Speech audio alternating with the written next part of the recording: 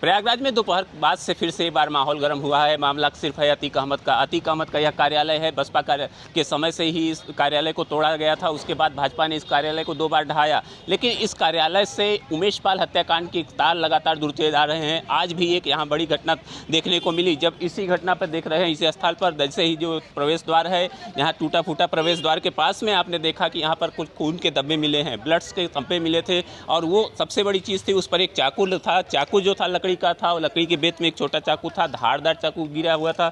उसके आगे भी जब देखा गया तो सीढ़ियां चढ़कर 2nd फ्लोर तक ब्लड के निशान बूंद पड़ी हुई थी। और आगे वहां पर सबसे जो चौंकाने वाली बात थी वो ये थी कि वहां पर दुपट्टा और साड़ी और दुपट्टे में खून पूछा हुआ था, साड़ी थी, टूटी हुई चूड़ी थी। ये कुछ ऐसे सबूत थे जो पुलिस को ही नहीं, हर व्यक्ति को जो जिसने भी देखा या सुना वो चौंक गया। प्रयागराज से यह बड़ी अपडेट जैसे ही लोगों को जानकारी हुई, बड़ी संख्या में आसपास के लोग, मीडियाकर्मी और साथ में पुलिस भी मौजूद हो गई। लेकिन बड़ी सवाल ये उठता है कि आखिर यह जो स्पॉट है, धब्बे हैं, खून के धब्बे हैं और जगह जगह खून के जो बूंद गिरे हुए हैं, जो चाकू पड़ा हुआ है, ऊपर जो दुपट्टा सफ़ेद रंग का पड़ा हुआ था, महिला की साड़ी पड़ी हुई थी और टूटी हुई चूड़ियाँ थी, ये किस कहानी को बता रही हैं और क्या इसका आगे जाके जांच होगी? फॉरेंसिक की टीम आ चुकी थी, यहाँ जाकर के जांच कर चुकी है, उच्च अधिकारी भी मौके पर मुआयना कर चुके हैं, लेकिन कुछ भी बोलने या बताने की स्थिति में नहीं है। वो कहते हैं कि ये जांच का विषय है, जांच के बाद ही इस पर बताया जाएगा कि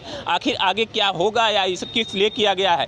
लेकिन ये है कि जिस तरह से सरगर्मी बढ़ी है, लगातार जिस तरह से देख रहे हैं कि 13 अप्रैल से लेकर 15 अप्रैल और 15 अप्रैल के बाद से लगातार जैसी घटनाएं होती जा रही हैं, इस क्रम में आज की ये घटना जो है, यह भी एक बड़ी घटना का कहीं पटाक्षेप हो सकता है। इसका तार कहीं बड़ी रूप से जुड़ा हुआ हो सकता है, जो आगे खुलासा होगा। अगर हम इस बात को आगे भी बढ़ाना चाहें तो ये कह सकते हैं कि जैसे लगातार उमेश पाल हत्याकांड के तीसरे दिन से ही शाहिस्ता परवीन और उनके अन्य जो शूटर हैं, अतीक अहमद के बाद जो अतीक अहमद, अशरफ और असद के बाद जो अगर बचते हैं उमेश पाल हत्याकांड के जो आरोपी हैं, वो 3 शूटर्स भी गायब हैं। अतीक शाहिस्ता परवीन का जहां पुलिस एक और इनाम बढ़ाने की बात कर रही, लगातार फरार है और उनको बुरी तरह से खोजने की पुलिस लगी हुई है। उस स्थिति में यह कह सकते हैं कि यह घटना जो है, जो यहाँ पर जो चीज़ें पड़ी हैं, यह कोई एक बड़ा इशारा हो सकता है, बड़े पटाक्षेप की तरफ हो सकता है, या दूसरा पहलू ये भी हो सकता है, या सिर्फ